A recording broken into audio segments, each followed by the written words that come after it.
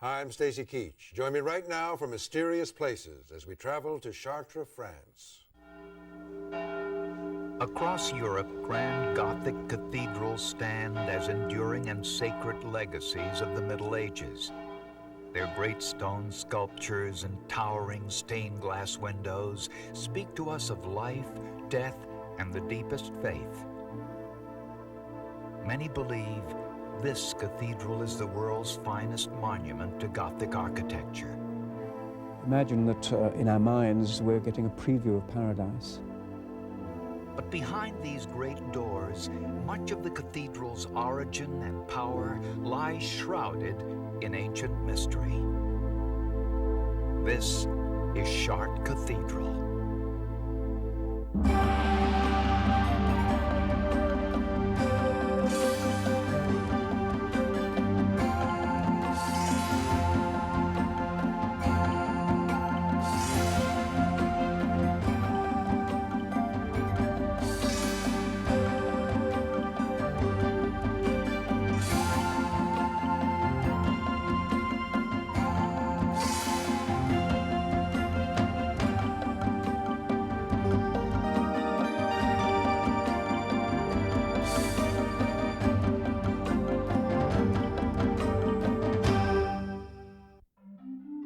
Why have certain places always been considered sacred?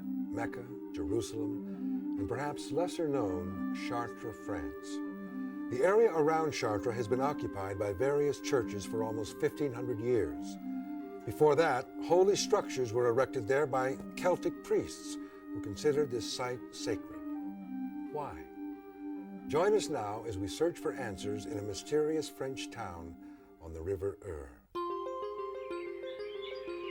Over 800 years ago, Europe's first Gothic cathedrals rose from the dust of the Middle Ages, great monuments to God and the Virgin Mary. Erected at a time when all of Western Europe was Roman Catholic, the cathedrals came to symbolize both faith in God and pride in the community. So it was that in the early Middle Ages, a small town in France banded together and created one of the greatest Christian sanctuaries the world has ever known. In many ways, it would set the standard for all Gothic cathedrals to come. This is Our Lady of Chartres.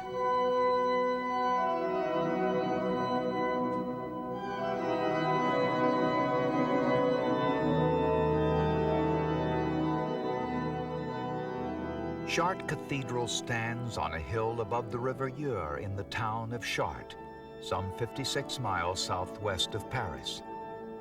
Its spires rise like beacons on the horizon and can be seen from miles away. Today, its majestic carved towers and facades project a medieval splendor in what has become an increasingly modern town.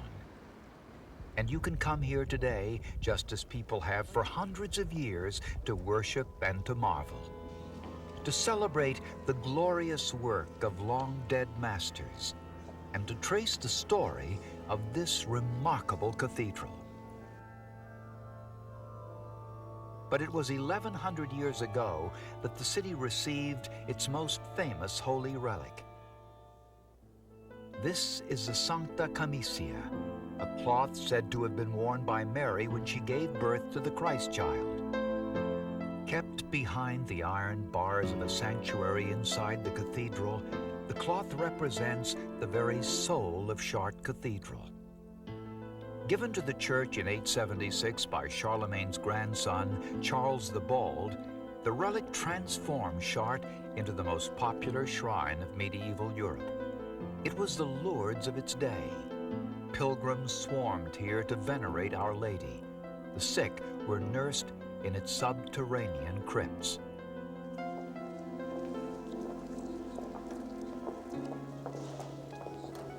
And when you trace this cathedral's ancient origins, you will discover a host of mysteries, miracles, and mysticism.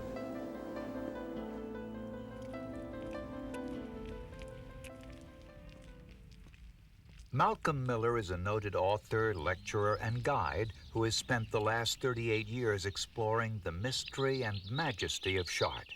The amazing thing about Chartres Cathedral is that we don't know who built it. That we don't even know how many masters were involved. That's unusual. We know who built Reims Cathedral, or Paris, or Canterbury, and many of the other great cathedrals. We know who built the pyramids in ancient Egypt, or the Parthenon in Athens, but not one of the greatest buildings in the world, which is Chartres Cathedral. Not one name has survived, from master builder down to any of the craftsmen.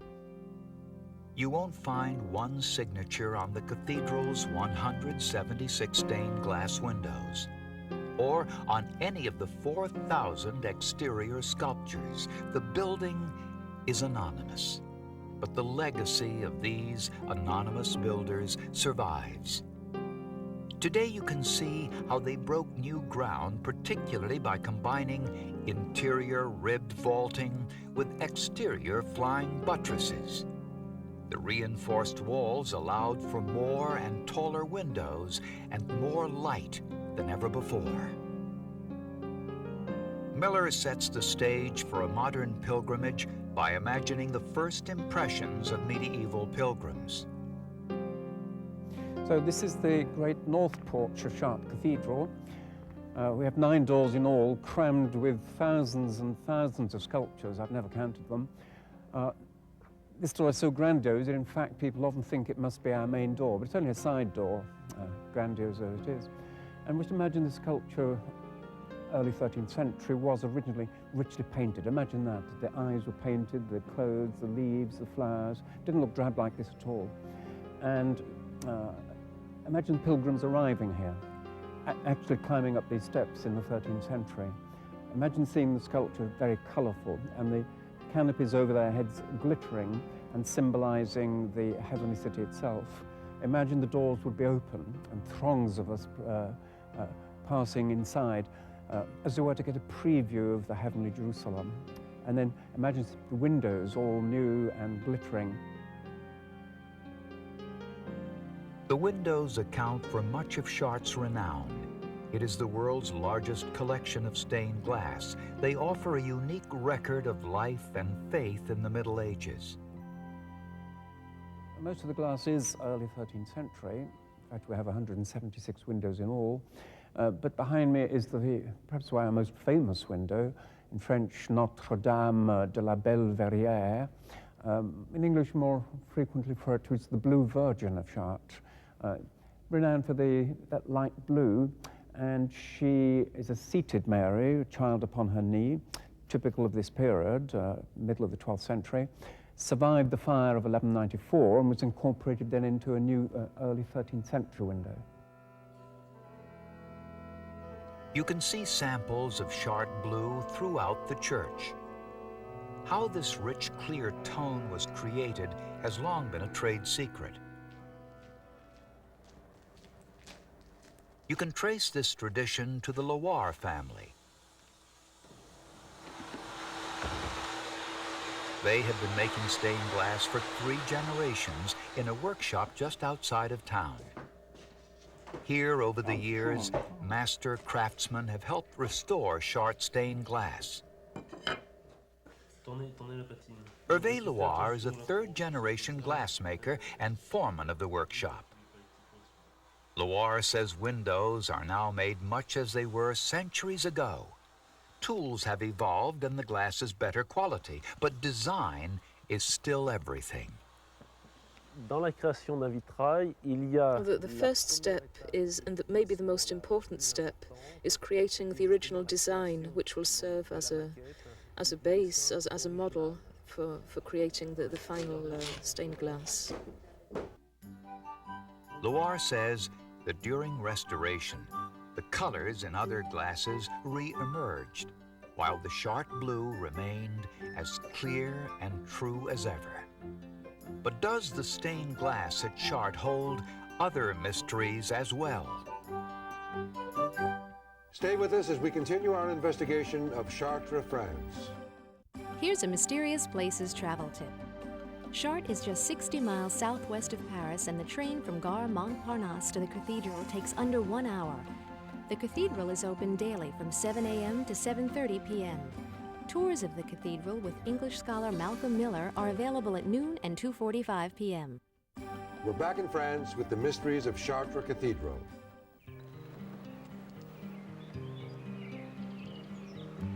As a pilgrimage site in the age before books, Chartres and her windows stood like a giant and transparent manuscript, illuminated with legends and Bible stories, tracing the lives of apostles and saints and the life of Christ.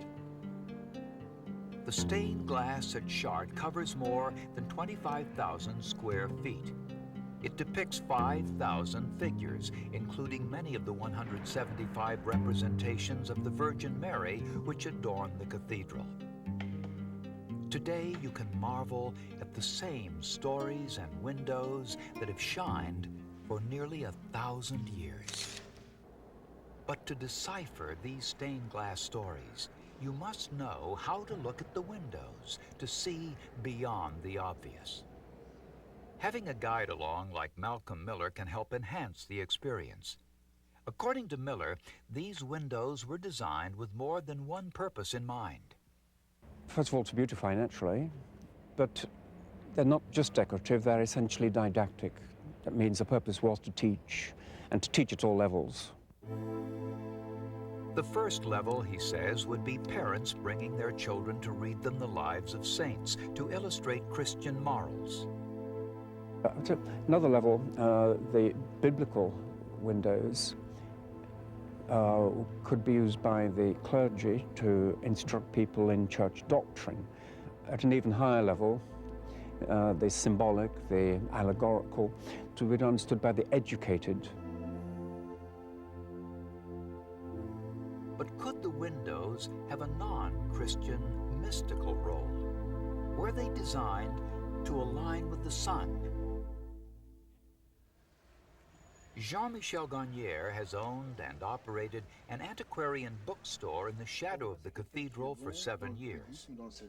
Mais autre part, je lui accorde pas beaucoup de confiance. Pour ma part, je connais un petit peu, je ne peux pas dire que je connaisse entièrement la cathédrale. I can't say that I know everything about the cathedral, but it's a wonderful building. And the more I live with it, the more I live next to it, the more I discover every day the riches that it contains. He is fascinated by what he considers one of the great mysteries at Chartres. It involves the window of Saint Apollinaire. If you visit Chartres at midday on the summer solstice, you'll see a ray of sunlight streaming through a small hole in the window of Saint Apollinaire. The ray illuminates precisely a nail in a rectangular flagstone set in the cathedral floor. Un petit trou qui a été fait au XVIIIe par un chanoine. There's a very small hole which was made by a canon in the 17th century to regulate the clocks of the cathedral. And many people gather to see the sun coming through that point in the stained glass window and falling exactly on this point marked by a nail. Malcolm Miller sees little significance in this occurrence. But I don't think that was something they did deliberately, because the crypts of the 11th century are aligned in that way too. But others argue that nothing at Chartres was done without purpose or planning.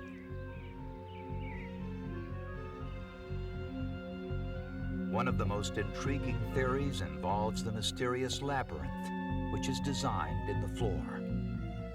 Jean-Michel Gagnière believes the labyrinth is built on hidden earth energy forces. C'est-à-dire que je pense que dans la cathédrale, il y a des endroits très forts. We have to remember that cathedrals weren't built in any place, but in very strong places where there were particular vibrations, and the cathedral in Chartres must have been built on that sort of place. There are several places, and in particular the labyrinth, where you can feel vibrations. There is a name for it, it's called Bovis, and it's something which has been measured. It is clear that Chartres Cathedral and the hill it is built upon has drawn the pious throughout much of the Christian era. But does its history as a sacred site go back even further, as some suggest? Is there indeed evidence that ancient Celts once worshipped here? Stay with us as we continue with Mysterious Places. We're back in France with the mysteries of Chartres Cathedral. Chartres is an ancient city proud of its past, but today alive with art and commerce and with the River Eure. It is a place one comes to meditate, to pray, and to marvel. Today, Chartres remains a holy pilgrimage site for Christians from around the world, as well as a popular destination for tourists. But if you travel just outside the city, the mysterious remains of a dolmen suggest this area was holy ground long before its first cathedral. Some say the Celts, known to practice animal and human sacrifice, may have once occupied this same land. Once again, Jean-Michel Gagnère. Lieu des menhirs, il reste des menhirs, des lieux de There are a culte. few standing stones which exist from the Celtic period between here and Maintenon. That's along the valley of the Eure, and some historical archaeological digs have also unearthed some traces of previous civilizations. Some believe the Celtic priests, known as Druids, even built a place of worship on the hill where the cathedral stands today. They say a deep ancient well located in the cathedral crypt proves that pagan sanctuaries once existed here. Definitely not. My answer is very firm. There were Druids in the region. Caesar mentions them in his Gallic Wars. They certainly would not gather in a Roman city. That doesn't make any sense at all. So we're dealing strictly with legends, and we mustn't confuse legends with history. You can see the ancient well on a visit to the crypt. Christians dubbed this the Saints' Well, and legend has it that martyrs were once tossed into the well. Pilgrims and the sick drank its water, said to contain miraculous properties. But in the 17th century, disapproving clergy ended this practice. A statue known as the Black Virgin has been an object of adoration since the beginning of religious activities in Chartres. But is the famous Black Virgin, Our Lady of the Crypt, another link to ancient peoples? L'origine de la Vierge Noire de Chartres, on ne la We connaît don't pas. know exactly the origin of the Black Virgin of Chartres. A lot of people do claim that it comes from the Celtic Druidic period. The original statue was desecrated and burned on the steps of the cathedral in 1793. Was it indeed a Christian symbol, or as some say, a pagan idol of Celtic fertility? But definitely Christian. That the copy you see in the crypt is a good one of a statue that was burnt during the French Revolution, and is very much like that Blue Virgin window I mentioned, in that same 12th century position. I personally don't think, and other people agree with me, that it's older than the beginning of the 12th century. But some claim the original Black Virgin was a prophetic symbol of the virgin birth that predated the Nativity. But this is a controversial theory. The truth about the Black Virgin may never be known. We do know, however, that the adoration of the Christian Virgin lies at the heart of Chartres Cathedral.